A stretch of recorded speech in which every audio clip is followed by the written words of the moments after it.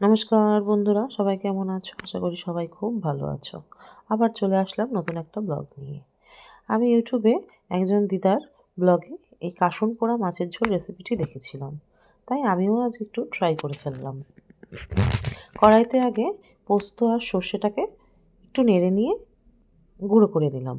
তারপরে মাছ ভেজে তুলে নিয়ে তেলে মেথি আর কাঁচা লঙ্কা ফোড়ন দিয়ে একটু হলুদ দিয়ে জল দিয়ে একটু নাড়িয়ে মাছটা যতক্ষণ ফুটে উঠলো তখন ওই পোস্ত আর সর্ষে গুঁড়োটা দিয়ে ফুটিয়ে নিলাম।